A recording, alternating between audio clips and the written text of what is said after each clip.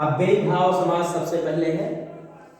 ये समास का अर्थ होता है संक्षिप्तीकरण, और इसके अंतर्गत अ ब त क द द अर्थात 6 समास होते हैं।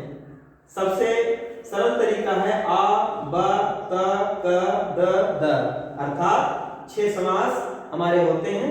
और 6 समास को समझने के लिए सबसे पहले हम उसके 6 प्रकार याद करने के लिए शॉर्ट ट्रिक है कि अ ब त क द द यानी 6 समास है। समास सबसे पहले आ है, तो आ से अव्ययी भाव समास है। अव्ययी भाव समास का पहला पद प्रधान होता है, और तो वो अव्ययी भाव समास होता है। सबसे सरल परिभाषा यहां से हम समझ सकते हैं कि पूर्व पद प्रधानो अव्ययी भावः, जिसका पहला पद प्रधान होता है वो अव्ययी भाव समास होता है। जैसे अव्यय का अर्थ होता है उपसर्ग, इसमें यथाशक्ति अर्थात यथाशक्ति में सबसे पहले यथा जो है ये पहला पद प्रधान है, पहला पद है, ये पूर्व पद है, ये उत्तर पद है। इसी को प्रथम पद और इसी अगले को द्वितीय पद कहते हैं, या दूसरा पद और पहला पद कहते हैं। तो अब परिभाषा के लिए हमें सूत्र के माध्यम से बहुत सरल तरीके से याद कर सकते हैं। तो हम सूत्र के माध्यम से सरल तरीके से इसे याद रख सकते हैं कि पूर्व प्रधानो अव्ययी भावा, अर्थात जिस समास का पहला पद प्रधान होता है वह अव्ययी भाव समास होता है। उसी तरह से दूसरा समास है बहुव्रीहि समास। इसका सूत्र होता है अनेकम मन्य पदार्थे बहुव्रीहि, अर्थात जिसका ना पहला पद प्रधान हो और ना दूसरा पद प्रधान हो, वो किसी तीसरे पद के अर्थ की तरफ इशारा करे तो वो बहुव्रीहि समास होता है। जैसे पंचानन, 5 है, आनंद अर्थात मुख जिसके अर्थात कार्तिकेय। इसी तरह से तीसरा समास होता है तत्पुरुष समास। इसका सूत्र होता है प्रायेण उत्तर पदार्थ प्रधानः तत्पुरुषः, अर्थात जिस समास का बाद का पद प्रधान हो यानी दूसरा पद प्रधान हो वो तत्पुरुष समास होता है। जैसे राजा राजपुरुषः, अर्थात राजपुरुष यानी राजा का पुरुष। राजा जो है प्रथम पद है और पुरुष दूसरा है, तो ये जो है उत्तर पद से पता चलता है कि ये राजा का पुरुष अर्थात किसी राजघराने से संबंध रखता है। तो यहाँ पर क्या हो जाएगा, तत्पुरुष समास हो जाएगा।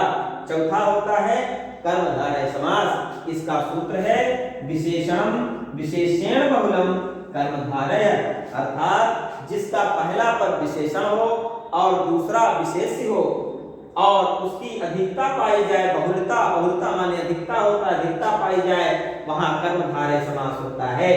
जैसे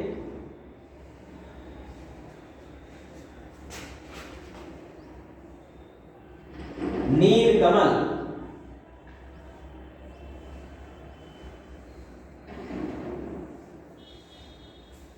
नीलकमल में 2 शब्दों से मिलकर नीलकमल बना है, नील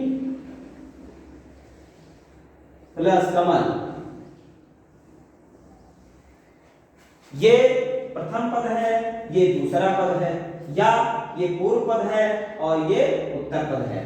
तो उत्तर पद अब इसमें ये कह रहा है कि विशेषण विशेषण, अर्थात नीला नीला कमल, तो नीला कमल विशेषता कमल की बता रहा है, इसलिए यहाँ पर नील कमल के अनुसार ये जो है कर्मधारय समास हो जाएगा। विशेषणम विशेषेण बहुलम कर्मधारय, अर्थात पहला पद विशेषण और दूसरा पद विशेष, तो इस तरह से ये कर्मधारय समास हो जाएगा। नीला है कमल जो, अर्थात कर्मधारय समास।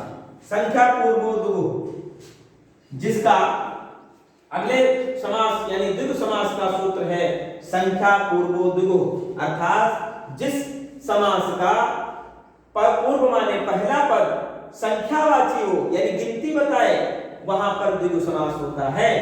जैसे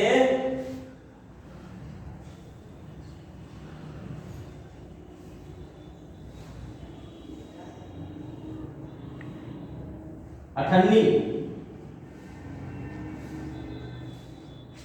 अर्थात 8 आनों का समाहार, 8 आनों का समाहार,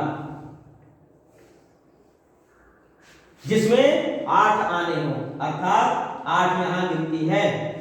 चतुर्भुज,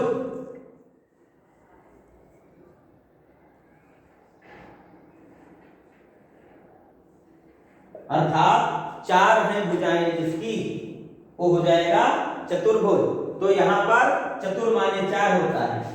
चतुर को हम संविच्छेद करके बता देंगे कि चतुर प्लस भुज, अर्थात चतुर का मतलब 4 और भुज का मतलब भुजा। 4 है भुजाएं जिसकी, अर्थात 4 है भुजा जिसकी, अर्थात चतुर्भुज हो जाएगा। तो चतुर्भुज में 4 पहले गिनती आई है, तो यहाँ पर हम गिनती की यानी संख्या के माध्यम से पहचान लेंगे कि संख्या पूर्वोद्गु, अर्थात ये द्वंद्व समास है। जिसका पहला पद संख्यावाची हो वो द्वंद्व समास होता है। 4 के द्वंद्वा। अगला है द्वंद्व समास। द्वंद्व समास में चा का अर्थ होता है जैसे रात दिन, रात दिन।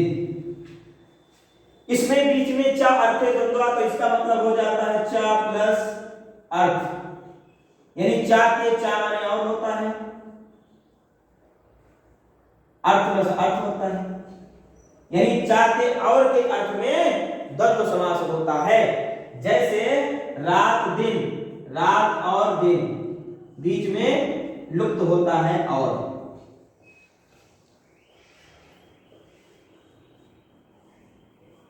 अथवा विलोम कर लीजिए।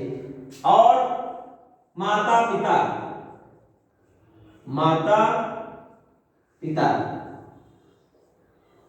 इस तरह से आज आप लोगों ने समास के बारे में, उसके संक्षिप्त रूप में और संक्षिप्तीकरण के बारे में आपको जानकारी दी गई। धन्यवाद।